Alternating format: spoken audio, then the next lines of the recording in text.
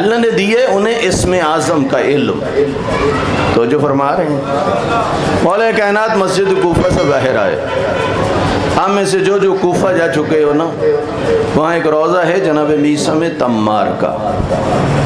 مولا کائنات میثم تمار کی دکان پہ جایا کرتے تھے. کاروبار تھا کھجوریں بیچنا. کوئی بڑا کاروبار بھی نہ تھا، کوئی بڑے ثروت مند بھی نہ تھے.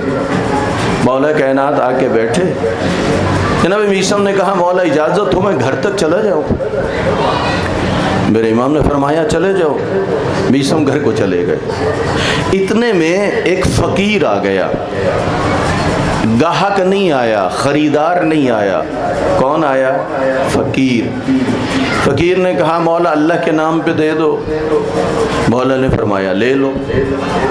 اب یہ تو موجود نہیں کہ وہاں کھجوریں کتنی مقدار میں تھیں. رب جانے ایک ٹوکری تھی، 2 تھیں، 3 تھیں، 4 تھیں. لیکن اگلا جملہ بتاتا ہے کہ فقیر لے ساری گیا. اور فرما رہے ہیں فقیر کتنی لے گیا؟ وہ کس طرح؟ جب میثم لوٹا نا تو دیکھا کھجوریں تو ہیں ہی نہیں. یا علی بک گئی کھجوریں. نہیں میثم گاہک کوئی نہیں آیا. فقیر آیا تھا، اس نے مانگی میں نے دے دی. اور فرما رہے ہیں اچھا جناب میثم نے کیا کہا وہ بات بھی کہوں گا. پہلے رک کے آپ اور میں اپنے ایمان کا ذرا جائزہ لے لیں. بالفرض اس زمانے میں ہم ہوتے تو کیا کرتے بھلا؟ سر جھکا کے کھڑے ہو جاتے. مولا ویسے تو میرے مالک بھی آپ، کھجوروں کے مالک بھی آپ کو پتہ تھا یہ بکتی تھیں، گھر کا چولہا جلتا تھا، دے دیتے پہ اتنی سی دے دیتے. آپ نے ساری دے دی. ہم نے تو یہی کچھ کہنا تھا.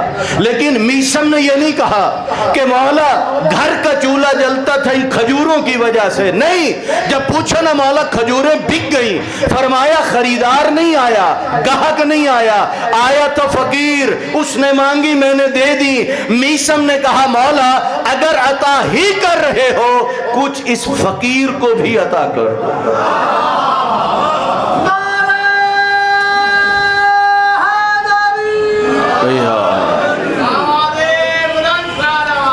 اللہم صلی علی محمد وآلہ. توجہ ہے نا؟ مولا چاہیں تو درہم و دینار بھی دے سکتے ہیں، چاہیں تو اجازہ امامت سے وہاں جو روڑے اور پتھر تھی وہ سونا بھی بن سکتے ہیں. لیکن ایسا کچھ نہیں کیا. مولا کچھ اس فقیر کو بھی دے دیجئے. پیغمبر نے مولا کے دہن میں زبان دی تھی. مولا نے دست امامت میثم کے سینے پہ رکھا.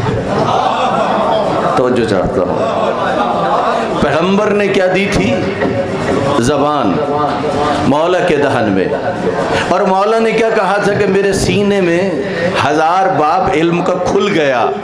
جب میثم کے سینے پہ مولا نے ہاتھ رکھا، میثم نے کہا مولا آئندہ کی خبریں میرے ذہن میں منتقل ہو چکی ہیں.